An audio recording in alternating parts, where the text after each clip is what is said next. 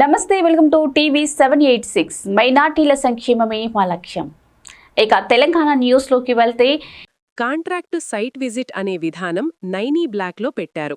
అందుకే టెండర్ రద్దు చేశామని భట్టి విక్రమార్క గారు నిన్న చెప్పారు.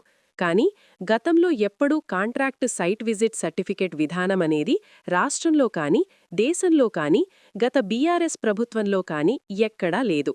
ఈ కాంట్రాక్టు సైట్ విజిట్ సర్టిఫికేట్ విధానాన్ని తెచ్చింది రేవంత్ రెడ్డి ప్రభుత్వం. ఈ విధానం తెచ్చిన తర్వాత మొట్టమొదటి beneficiary Srujan Reddy company. Contract site visit certificate విధానాన్ని తెచ్చిన తర్వాత సృజన్ రెడ్డి కంపెనీ శోధా కన్స్ట్రక్షన్కే మొదటి టెండర్ దక్కింది. రాష్ట్రంలో గత 2-3 రోజులుగా సింగరేణి టెండర్ల కుంభకోణం, ముఖ్యమంత్రి గారు మంత్రుల మధ్య వాటాల పంచాయతీలు మనం చూస్తూ ఉన్నాం. అయితే మరికొన్ని దిమ్మెదిరిగే నిజాలు, మరికొన్ని కుంభకోణాలను ఈరోజు మీ ద్వారా ప్రజల ముందు, రాష్ట్ర ప్రజల ముందు ఉంచబోతా ఉన్నాం. అయితే నిన్న మనం చూసాం, భట్టి విక్రమార్క గారు ప్రెస్ మీట్ చూసాం.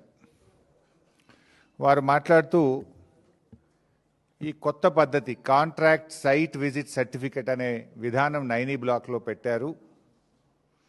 అందువల్ల ఈ నైనీ బ్లాక్ టెండర్లు రద్దు చేస్తున్నామని భట్టి విక్రమార్క గారు ప్రెస్ మీట్ నిన్న మనందరం కూడా చూసాం. అయితే ఈ కాంట్రాక్టర్ సైట్ విజిట్ సర్టిఫికెట్ అనేది గతంలో ఎప్పుడూ లేదు, మన రాష్ట్రంలో లేదు, భారతదేశంలో లేదు. మన రాష్ట్రంలో ఈ సింగరేణిలో కాంట్రాక్టర్ సైట్ విజిట్ సర్టిఫికెట్ విధానం బీఆర్ఎస్ హయాంలో కానీ అంతకుముందు కానీ ఈ విధానం లేదు. అదేవిధంగా వెస్టర్న్ కోల్ ఫీల్డ్స్లో కానీ కోల్ ఇండియాలో కానీ ఇటువంటి విధానం లేనే లేదు. అయితే రేవంత్ రెడ్డి గారు ప్రభుత్వం వచ్చిన తర్వాత 2024 సంవత్సరంలో ఈ సైట్ విజిట్ సర్టిఫికేట్ విధానాన్ని సింగరేణిలో తెచ్చింది రేవంత్ రెడ్డి గారి ప్రభుత్వం. రేవంత్ రెడ్డి గారి ప్రభుత్వం ఈ విధానం తెచ్చిన తర్వాత మొట్టమొదటి బెనిఫిషరీ ఎవరు? రేవంత్ రెడ్డి బావమరిది సృజన్ రెడ్డి. ఆయన కంపెనీ శోధా కన్స్ట్రక్షన్కే ఈ సైట్ విజిట్ సర్టిఫికేట్ వచ్చిన తర్వాత మొదటి టెండర్ దక్కింది. ఇది 2024లోనే ఈ సైట్ విజిట్ సర్టిఫికేట్ విధానాన్ని తీసుకొచ్చారు. ఈ సైట్ విజిట్ సర్టిఫికేట్ విధానం వచ్చిన తర్వాత సింగరేణిలో 6 టెండర్లు జరిగితే 6 టెండర్లు కూడా +7% టెండర్లు వారి వారి అనుయాయులకు కట్టబెట్టడం జరిగింది. బిడ్డ, బీఆర్ఎస్ జెండా గద్దెల జోలికొస్తే నీ గద్దె కూలుతుంది, జాగ్రత్త. హౌలమాటలు మానేసి ముందు 6 గ్యారంటీల సంగతి చూడు. మాజీ మంత్రి, ఎమ్మెల్యే బీఆర్ఎస్ జెండా గద్దెలు కూల్చాలని మాట్లాడుతుండు. బిడ్డను బీఆర్ఎస్ జెండా గద్దెల దోలికొస్తే నీ గద్దె కూల్తుంది, జాగ్రత్త అని చెప్పి హెచ్చరిస్తా ఉన్నాం. దుమ్ము అయిపోతావు బిడ్డ నువ్వు. అయినా బీఆర్ఎస్ పార్టీ నువ్వు కూలిస్తే బీఆర్ఎస్ పార్టీ ఏదో జెండా గద్దెల్లో లేదు, ప్రజల గుండెల్లో ఉన్నది బీఆర్ఎస్ పార్టీ. బీఆర్ఎస్ పార్టీ జెండా గద్దెల్లో నువ్వు కూలిస్తే పోయే పార్టీ కాదు.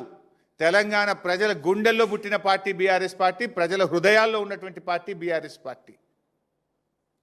ఈ హౌలా మాటలు బంద్ చేయి, పిచ్చి పిచ్చి మాటలు బంద్ చేయి. 6 గ్యారంటీల మీద దృష్టి పెట్టు. సజ్జనార్కు హరీష్ రావు సవాల్. సజ్జనార్, మొన్న జర్నలిస్టులను బెదిరించినావు కదా? కాంగ్రెస్ మాజీ ఎమ్మెల్యే సంపత్ కుమార్ కాంట్రాక్టర్లను 8 కోట్లు ఇయ్యమని బెదిరిస్తే అతని మీద చర్యలు ఎందుకు తీసుకోవడం లేదు? మాజీ మంత్రి, ఎమ్మెల్యే హరీష్ రావు. అరే మొన్న చూసినాం కదా, ఆయన పేరేంది, మన ఏఐసిసి నాయకులు సంపత్ కుమార్ గారు డైరెక్ట్ కాంట్రాక్టర్నే బెదిరించేసిండు. 8 కోట్లు ఇస్తావా అని పేపర్లలో చదివినాం మనం. 8 కోట్లు ఇచ్చేదాకా కాదు అని వాళ్ళను కొట్టుడు, బండ్లు గుంజుకునుడు. కాంట్రాక్టరే స్వయంగా పోలీస్ డిపార్ట్మెంట్కు కంప్లైంట్ ఇచ్చిండు కదా. ఏది యాక్షన్, ఏది సిట్, ఏది? మా జర్నలిస్టులను వేధించడానికి సిట్టు, ప్రతిపక్ష పార్టీ బీఆర్ఎస్ను వేధించడానికి సిట్ల మీద సిట్లు, కమిషన్ల మీద కమిషన్లు. మరి వీటి మీద సిట్లేవి, కమిషన్లేవి? నేను అడుగుతున్నా, కాకీ బుక్ అందరికీ సమానమే అని నీతులు చెప్పే డీజీపీ శోధర్ రెడ్డి గారు, మీ కాకీ బుక్ కాకెత్తుకపోయిందా? ఎక్కడ పోయింది? కాంట్రాక్టర్ డైరెక్ట్గా పోలీస్ స్టేషన్లో కంప్లైంట్ ఇస్తే ఇప్పటికి ఎందుకు అరెస్ట్లు అయితే లేవు? ఏమైంది కాకీ బుక్కు? సజ్జనార్ బాగా మాట్లాడినా కదా మొన్న. జర్నలిస్టులను బెదిరించినావు కదా, ఎమర్జెన్సీ ఉంటే మీరు ఇక్కడ ఉంటారా, నేను మీతో మాట్లాడతానా, మీరంతా జైల్లో ఉంటారని జర్నలిస్టులనే బెదిరించే ధోరణితో మాట్లాడినావు కదా. ఏమైంది నీ రూల్ బుక్కు? సజ్జనార్, నీకు ఇవేం కనబట్టలేవా? తెలంగాణ బజరంగ్ సేన ఆధ్వర్యంలో కాచిగూడలోని జాతీయ కార్యాలయంలో నిర్వహించిన కార్యక్రమం ఘనంగా జరిగింది. ఈ కార్యక్రమంలో ముందుగా ప్రతిభావంతుడైన యువకుడు ఈశాన్ గణేష్ ఏల్దేను బజరంగ్ సేన నేతలు ఘనంగా సత్కరించారు. అరోరా యూనివర్సిటీలో బీటెక్ ద్వితీయ సంవత్సరం చదువుతున్న Ishan mister teen of South India first runner up award సాధించి రాష్ట్రానికి గర్వకారణంగా నిలిచిన సందర్భంగా బజరంగ్ సేన నేతలు ఆయనను శాలువాతో సత్కరించి శుభాకాంక్షలు తెలిపారు. గుళ్ళో పోస్టర్లు గుళ్ళప్పుడు మన దేవుని విగ్రహాలు నిలబడుతున్నారు. ప్రతిరోజు రోడ్డు మీద ఒక కొట్లాట అవుతుంది, వారానికి ఒక ఇన్సిడెంట్ అవుతుంది. సీఎం గారు ఏం పట్టించుకుంటున్నారు. ఆయన ఇంకా హోమ్ మినిస్టర్ ఇంకా దీంట్లో మొన్న ఈ మన పురాణపూర్ కాడ పెద్ద ఇన్సిడెంట్ అయింది. మా వాళ్ళ మీద కేసులు అయినాయి కానీ వాళ్ళ మీద ఏం కాలేదు. మన పెద్ద 4 గంటలకే వాళ్ళు వచ్చి మొత్తం జెండా అవన్నీ పెట్టేశారు. మా వాళ్ళ మీద మొత్తం అరెస్టం చేస్తున్నారంట డిపార్ట్మెంట్ వాళ్ళు, మాకు కొట్టిరంట. దాని గురించి సీఎం గారు ఏం చేస్తున్నారండి? ఇవన్నీ ఆవిష్కరణ ఎందుకు అవుతున్నాయి? దృష్టి పెట్టండి సీఎం గారు. ఇంకోటి మీకు జిహెచ్ఎంసీ కమిషనర్ కూడా ఉన్నారు. ఇటీవల గోషమేర్ కాన్స్టిట్యున్సీలో మన పట్టా ల్యాండ్ ఉన్నది, కైలాస్ జైన్ అని చెప్పి సూర్యమహాల్ అతనికి పట్టా ల్యాండ్. అలా లోపల గుడి ఉంది, నాలా ఉంది, అన్నీ ఉన్నాయి. అతను గట్ట కన్స్ట్రక్షన్ అన్నీ నాల మీద ఉన్నాయి. ఇంకోటి దానికి ఎన్నోసార్లు కంప్లైంట్ ఇస్తే కమిషన్ 2 సార్లు సీజ్ అయిన బిల్డింగ్ వర్క్ నడుస్తుంది. ఎట్లా నడుస్తుంది తెలియదు. మా ఏరియా గోషమేర్ కాన్స్టిట్యున్సీలో ఏరియాగా మొత్తం చుట్టుపక్కల కాన్స్టిట్యున్సీ మొత్తంలో ఇల్లీగల్ యాక్టివిటీస్ ఫుల్ నడుస్తున్నాయి, కన్స్ట్రక్షన్ ఫుల్ నడుస్తున్నాయి. దాన్ని ఎవరు నాపనికి పోతే కొట్లాడుతూరు, తిరుగుతూరు. కంప్లైంట్ ఇస్తే పట్టించుకుంటలేరు. మున్సిపల్ అధికారులు అసలు దాన్ని పట్టించుకుంటారు. Deputy commissioner, section officer, ACB గారు, జోనల్ కమిషనర్ అందరికీ చెప్పాము. 1 years అని చెప్తున్నాం. మేము అన్నింటిలో కంప్లైంట్స్ మాధవ్ టెంపుల్ ఇష్యూ ఉంది. దాన్ని కోర్టులో వీళ్ళు ఏం యాక్షన్ తీసుకోకపోతే కోర్టు కూడా మేము రైజ్ ఇస్తాం. మున్సిపల్ టైం తీసుకుంటారు, కౌంటర్ వేస్తామంటారు, అప్పుడే కౌంటర్ వస్తున్నారు. ఏం చేస్తారు అర్థమైతే మొత్తం జిహెచ్ఎంసీ కూడా మొత్తం మీ చేతులు సీఎం గారు వచ్చి ఒక 70 గజాల నుంచి 60 గజాల దాకా మొత్తం ఇల్లీగల్ కన్స్ట్రక్షన్ 7 ఫ్లోర్ 8 ఫ్లోర్లు. పక్కన పోయి కంప్లైంట్ ఇచ్చిన, కోర్టు ఆర్డర్ ఇచ్చినా కంటెంప్ట్ వేసిన యాక్షన్ తీసుకుంటలేరు.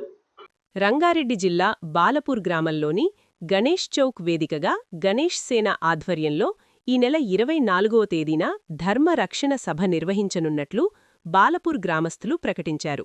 ఈ సందర్భంగా సోమవారం బాలపూర్లో విలేఖరుల సమావేశంలో వారు మాట్లాడుతూ భాగ్యనగర్ గణేష్ ఉత్సవ సమితి మద్దతుతో జరగనున్న ఈ సభలో రోహింగ్యాల వల్ల ఎదురవుతున్న భద్రతా సమస్యలపై గళమెత్తనున్నట్లు తెలిపారు. స్థానికంగా నివసిస్తున్న రోహింగ్యాలు అక్రమ కార్యక్రమాలకు పాల్పడుతున్నారని, పేలుడు విస్ఫోటకాలతో వారికి సంబంధాలు ఉన్నాయనే అనుమానాలపై చర్చించి హైదరాబాదులో అక్రమంగా నివసిస్తున్న రోహింగ్యాలపై రాష్ట్ర మరియు కేంద్ర ప్రభుత్వాలు కఠిన చర్యలు తీసుకోవాలని డిమాండ్ చేయడం జరుగుతుంది. ఈ సమస్యను పార్లమెంటులో చర్చించాలని అన్ని రాజకీయ పార్టీలను, అలాగే రోహింగ్యాల వల్ల మైనారిటీ వర్గాలకు కలుగుతున్న ఇబ్బందులను గమనించి వారిపై నిఘా ఉంచాలని ఎంఐఎం నేతలను కూడా కోరనున్నాము. రోహింగ్యాల వల్ల తమ నిత్య జీవితంలో భద్రతా సమస్యలు తలెత్తుతున్నాయి, పనులకు ఆటంకం కలుగుతుందని బాలపూర్ గ్రామస్తులు ఆవేదన వ్యక్తం చేశారు. భాగ్యనగర గణేష్ సేన ఆధ్వర్యంలో ప్రతి హిందువు తన జెండా, ఎజెండా అన్ని కూడా ఇంటి లోపల పెట్టి బాలాపూర్ గ్రామంలో 10,000 మంది యువతతో ఒక మహా హిందూ ధర్మ రక్షణ సభ బాలాపూర్ హనుమాన్ దేవాలయ సమీపంలో జరగబోతా ఉంది. ఈ యొక్క భారీ సభకు బాలాపూర్ గ్రామంలో ఉన్నటువంటి ప్రతి రాజకీయ పార్టీ నాయకులు, Congress party, BRS party, Bharatiya Janata party, కుల సంఘాలు, బీఎస్పీ పార్టీ అందరూ కూడా, హిందుత్వ పార్టీలు, హిందుత్వ సంఘాలు అందరూ కూడా ఏకవాక్యంతో మనందరం దీన్ని స్వాగతించాలి, మనందరం కూడా దీన్ని జయప్రదం చేయాల్సిన అవసరం ఉంది. ఇది భావి తరాలకు బాలాపూర్ ఒక దిక్సూచిగా నిలబడబోతోంది భాగ్యనగరానికి అని చెప్పి పెద్దలందరి తీర్మానంతో ఈ సభ నిర్ణయం చేసి police commissioner of Hyderabad permission కోసం గణేష్ సేన భాగ్యనగర గణేష్ ఉత్సవ సమితి దరఖాస్తు పెట్టడం జరిగింది. ఆ కాపీలు స్థానిక SHO కార్యాలయాల వరకు కూడా రావడం జరిగింది. ఈ యొక్క సభ ప్రధానంగా మీ అందరికి తెలుసు, భాగ్యనగరంలో మత శక్తులు స్వైర విహారం చేస్తూ మారణ హోమాలను కొనసాగిస్తూ ఉంటే అనేక మంది, వేలాది మంది హరిజన గిరిజన పేద ప్రజలు, బడుగు బలైన రైతన్నలు వ్యవసాయం కోసం పనులు చేసుకొని మిరాల మండిలో, మాదన్నపేట కానీ ఇతర మార్కెట్లకు వెళ్ళొస్తుంటే అసలు తిరిగి వస్తారా లేదని ఒక భయంకరమైన వాతావరణం 1979-80లో ప్రారంభమైంది. ఈ ప్రారంభమైన భయంకరమైన పరిస్థితుల్లో చాలా మంది పెద్దలు ఇక్కడ ఉన్నవాళ్ళు. చేనులో అగ్ని ప్రమాదం. ఆదిలాబాద్ జిల్లా బోరజ్ మండలం తర్నం వద్ద ఆదివారం సాయంత్రం ఓ చేనులో నిల్వచేసిన 100 ప్లాస్టిక్ పైపులకు అగ్ని ప్రమాదం సంభవించింది. విద్యుత్ పోల్ కింద ఉన్న పైపులకు షార్ట్ సర్క్యూట్ కారణంగా నిప్పు అంటుకొని భారీగా మంటలు చెలరేగాయి. స్థానికులు సమాచారం అందించడంతో అగ్నిమాపక సిబ్బంది ఘటనాస్థలానికి చేరుకొని మంటలను అదుపులోకి తెచ్చారు. కంటోన్మెంట్ బోర్డుకు ఎన్నో ఏళ్ల నుంచి ఎన్నికలు నిర్వహించకుండా ప్రజాస్వామ్యాన్ని ఖూనీ చేస్తూ నియోజకవర్గ అభివృద్ధికి నిరోధకులుగా మారిన కేంద్రంలోని బీజేపీ ప్రభుత్వానికి వ్యతిరేకంగా కంటోన్మెంట్ బోర్డును రాష్ట్ర ప్రభుత్వ మునిసిపల్ కార్పొరేషన్లో విలీనం చెయ్యాలనే డిమాండుతో కంటోన్మెంట్ ఎమ్మెల్యే శ్రీ గణేష్ రేపటి నుండి కార్ఖానాలోని డాక్టర్ బాబాసాహెబ్ అంబేడ్కర్ గారి విగ్రహం వద్ద చేపట్టనున్న రిలే నిరహార దీక్ష గోడపత్రిక పోస్టర్ను కాంగ్రెస్ పార్టీ నాయకులతో సోమవారం పికెట్లోని ఎమ్మెల్యే క్యాంపు కార్యాలయంలో ఆవిష్కరించారు.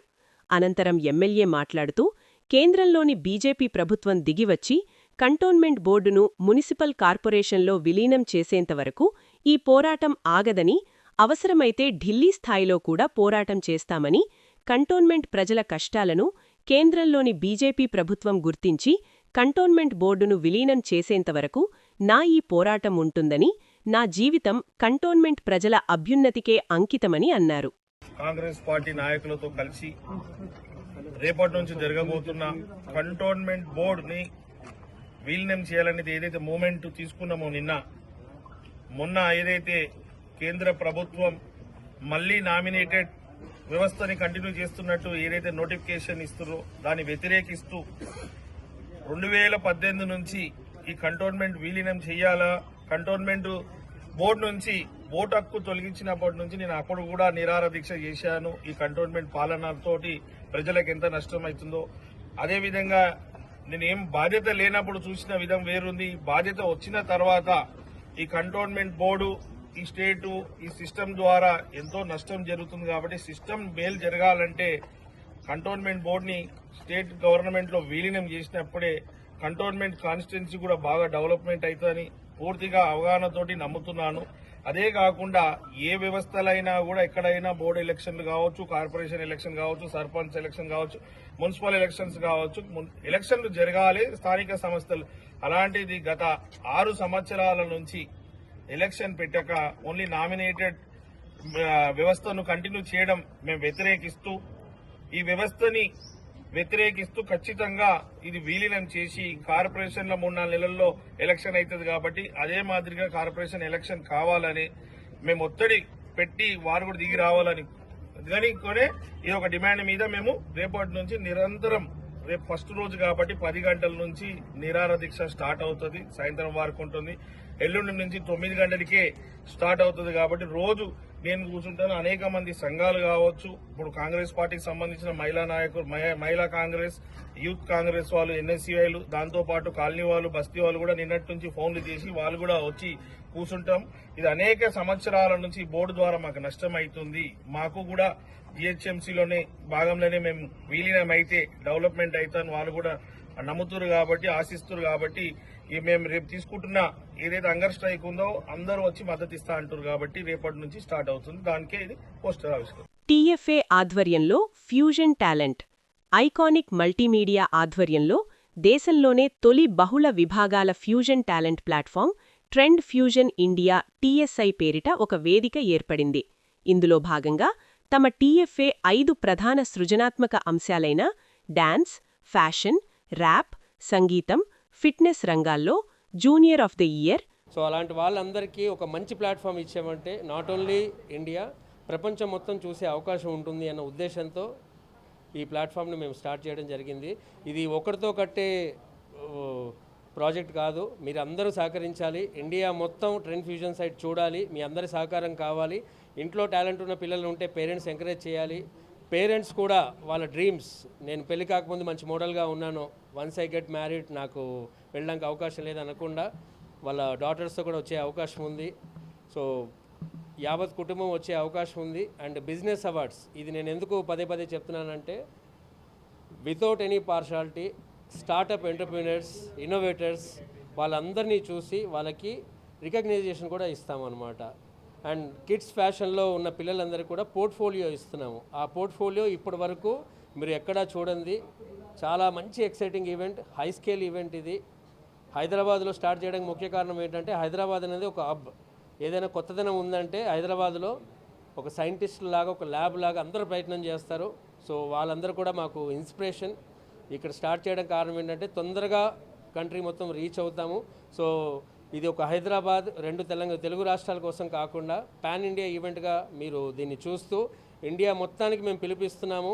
అందరూ ఒకసారి ట్రెండ్ ఫ్యూజన్ ఇండియాని చూడండి, ఈ డొమైన్లో ఉన్న కేటగిరీస్ ఒకసారి చూడండి. ఈ ప్లాట్ఫామ్ యొక్క పర్ఫార్మెన్స్లో మీ ఫ్యూచర్ మారడమే కాకుండా ట్రెండ్ ఫ్యూజన్ ఇండియా సీజన్ 1కి దీన్ని సక్సెస్ చేయడానికి మీరు పిల్లర్స్ అవుతారు. ఎందుకంటే ఒక సీజన్తో ఆగే ప్రోగ్రాం కాదు ఇది.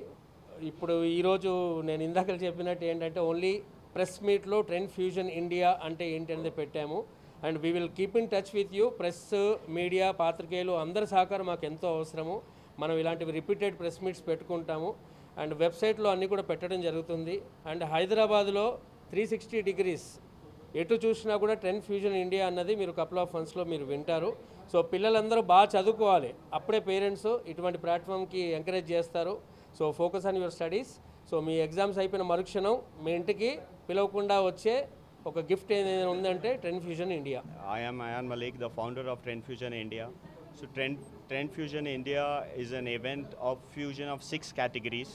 So we have an dance competition, a rap battle, kids fashion week, and Mr. and Miss Trend Fusion India, and again a business awards. So this is Trend Fusion India, and we are providing a very good platform for this talent overall in India.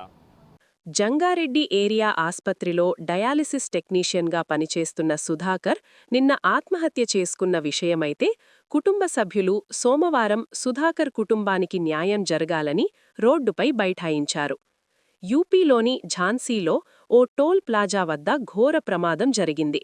వేగంగా దూసుకొచ్చిన truck ముందు ఆగి ఉన్న 2 కార్లను బలంగా ఢీకొట్టింది. ఈ క్రమంలో FASTag scan చేస్తున్న టోల్ ఉద్యోగిని కారు ఢీకొనడంతో ఎగిరిపడ్డారు. ఈ ఘటనలో తీవ్రంగా గాయపడ్డ ఆయన ఆస్పత్రికి తరలించారు. ప్రస్తుతం ఆయనకు చికిత్స కొనసాగుతున్నట్లు సమాచారం. 2 కార్లు పూర్తిగా ధ్వంసమయ్యాయి. సీసీటీవీలో రికార్డైన ఈ ప్రమాద దృశ్యాలు సోషల్ మీడియాలో వైరల్ అవుతున్నాయి. ప్రభుత్వానికి భయపడుతున్న స్పీకర్. హైదరాబాద్ భారతీయ జనతా పార్టీ తరపున బీజేఎల్పీ నేత ఎమ్మెల్యే ఏలేటి మహేశ్వర్ రెడ్డి వేసిన పిటిషన్కు ఫిబ్రవరి 6 లోపు వివరణ ఇవ్వాలని సుప్రీంకోర్టు స్పీకర్ గడ్డం ప్రసాద్కు నోటీసులు జారీ చేశారు. రాజ్యాంగాన్ని పరిరక్షించాల్సిన స్పీకర్ ప్రభుత్వానికి భయపడి నిర్ణయం తీసుకోకపోవడం రాజ్యాంగానికి తూట్లు పొడిచినట్లే మహేశ్వర్ రెడ్డి అన్నారు. రాహుల్ గాంధీ రాజ్యాంగాన్ని చేతపట్టుకొని దేశం మొత్తం తిరుగుతున్నారు. మరి తెలంగాణలో రాజ్యాంగాన్ని కాపాడాల్సిన అవసరం లేదా అని ప్రశ్నించారు. దీనిపై రాహుల్ గాంధీ కూడా సమాధానం చెప్పాలని డిమాండ్ చేస్తున్నాం. భారతీయ జనతా పార్టీ తరఫున నేను వేసినటువంటి కంటెంప్ట్ పిటిషన్ కూడా ఈరోజు విచారణకు వచ్చి ఫిబ్రవరి 6వ తారీఖు లోపు మరి ఫిరాయింపులపై నిర్ణయం తీసుకోవాలని, దానం నాగేంద్ర అంశంలో కూడా వెంటనే నిర్ణయం తీసుకోవాల్సిందిగా సుప్రీంకోర్టు ఆదేశాలు ఇచ్చింది. ఎన్నిసార్లు కోర్టు ఇంటర్వ్యూని అయినా కూడా రాజ్యాంగాన్ని పరిరక్షించాల్సినటువంటి స్పీకర్ గారు మరి రాజ్యాంగాన్ని పరిరక్షించకుండా ఈరోజు ప్రభుత్వ ఒత్తిడికి లొంగుతున్నట్టుగా కనపడతా ఉన్నది. 24 గంటలు రాజ్యాంగ పుస్తకాన్ని, కాన్స్టిట్యూషన్ బుక్ని చేతిలో పట్టుకొని తిరుగుతున్నటువంటి రాహుల్ గాంధీకి మరి ఈరోజు ఫిరాయింపుల చట్టాన్ని ఉల్లంఘిస్తున్నటువంటి తెలంగాణ ప్రభుత్వంలో మరి కనబడతలేదని అడుగుతా ఉన్నాం. ఈరోజు కేవలం ఫిరాయింపుల చట్టంలో గడువు లేదన్న ఒక అంశాన్ని పట్టుకొని మీరు కాలయాపన చేస్తూ ఈరోజు ఫిరాయింపుల చట్టాన్ని చుట్టుపడిచేటువంటి ప్రయత్నం చేస్తున్నటువంటి స్పీకర్ గారు ఇప్పటికైనా రాజ్యాంగాన్ని పరిరక్షించాల్సిందిగా కోరుతా ఉన్నాం. మరి ప్రభుత్వ ఒత్తిడికి లొంగొద్దని చెప్పి మిమ్మల్ని సూచిస్తా ఉన్నాం. అంతేకాకుండా రాహుల్ గాంధీ గారి ఈ తెలంగాణ రాష్ట్రంలో కాంగ్రెస్ ప్రభుత్వం అది రాజ్యాంగం చేతిలో పట్టుకొని తిరిగేటువంటి రాహుల్ గాంధీకి ఈరోజు తెలంగాణ రాష్ట్రంలో జరుగుతున్నటువంటి ఈ చట్టాన్ని తూట్లు కనబడతలేదా? మరి దాని మీద రాహుల్ గాంధీ ఎందుకు స్పందిస్తలేదని చెప్పి ప్రశ్నిస్తా ఉన్నాం. సో ఇవ్వండి ఇవాల్టి తెలంగాణ న్యూస్. మరో తెలంగాణ న్యూస్లో మళ్ళీ కలుసుకుందాం. అంతవరకు చూస్తూనే ఉండండి TV 786.